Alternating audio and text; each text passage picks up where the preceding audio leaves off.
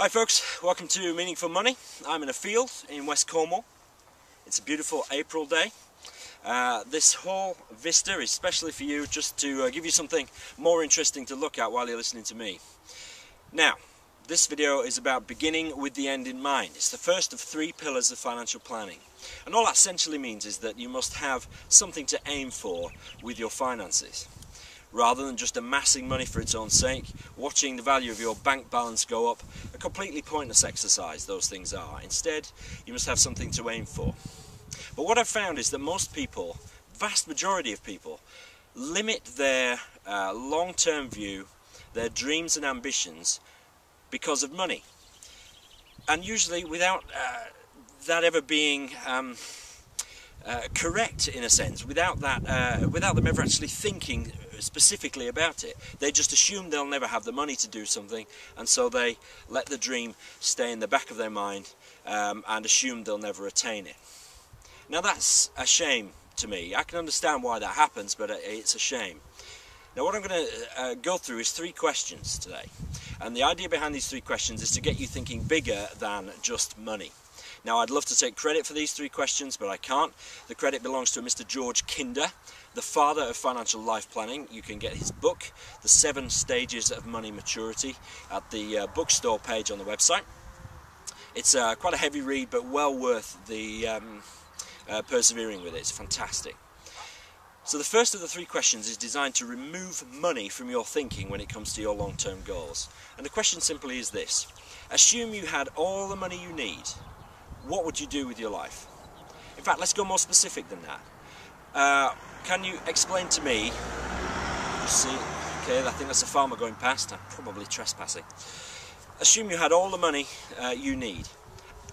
Describe to me a day in your life. What would that day look like? You know, what would be the place you would wake up? Would it be in your villa somewhere? Would it be breakfast on the balcony of a 5-star hotel? What would it be for you? Would it just be surrounded by your family? Assuming you had all the money you needed, what would you do with your life? Now, notice the question doesn't say, assuming you had all the money in the world. The purpose of the question is to remove the limitation factor of money. So to forget about money. If you could live any life you wanted, what would it be?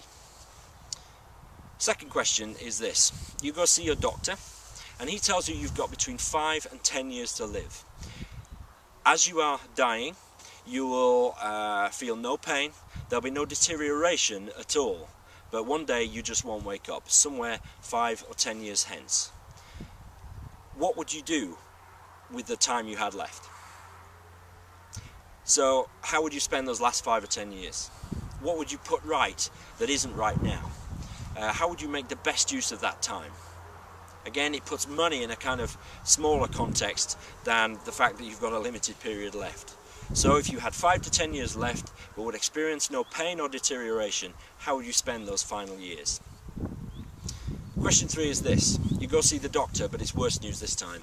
He says you've got 24 hours to live. What would you have missed? What would your regrets be?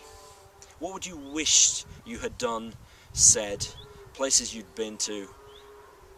What would be your regrets? That's quite a profound question. I wish I'd thought of it. But what would be your answers to that? You can see how money becomes irrelevant, doesn't it? In the context of you having 24 hours to live. So I want you to go away and answer those questions for yourself and let yourself dream, let your mind go off. Don't limit yourself for money, because money is irrelevant when it comes to these 3 questions.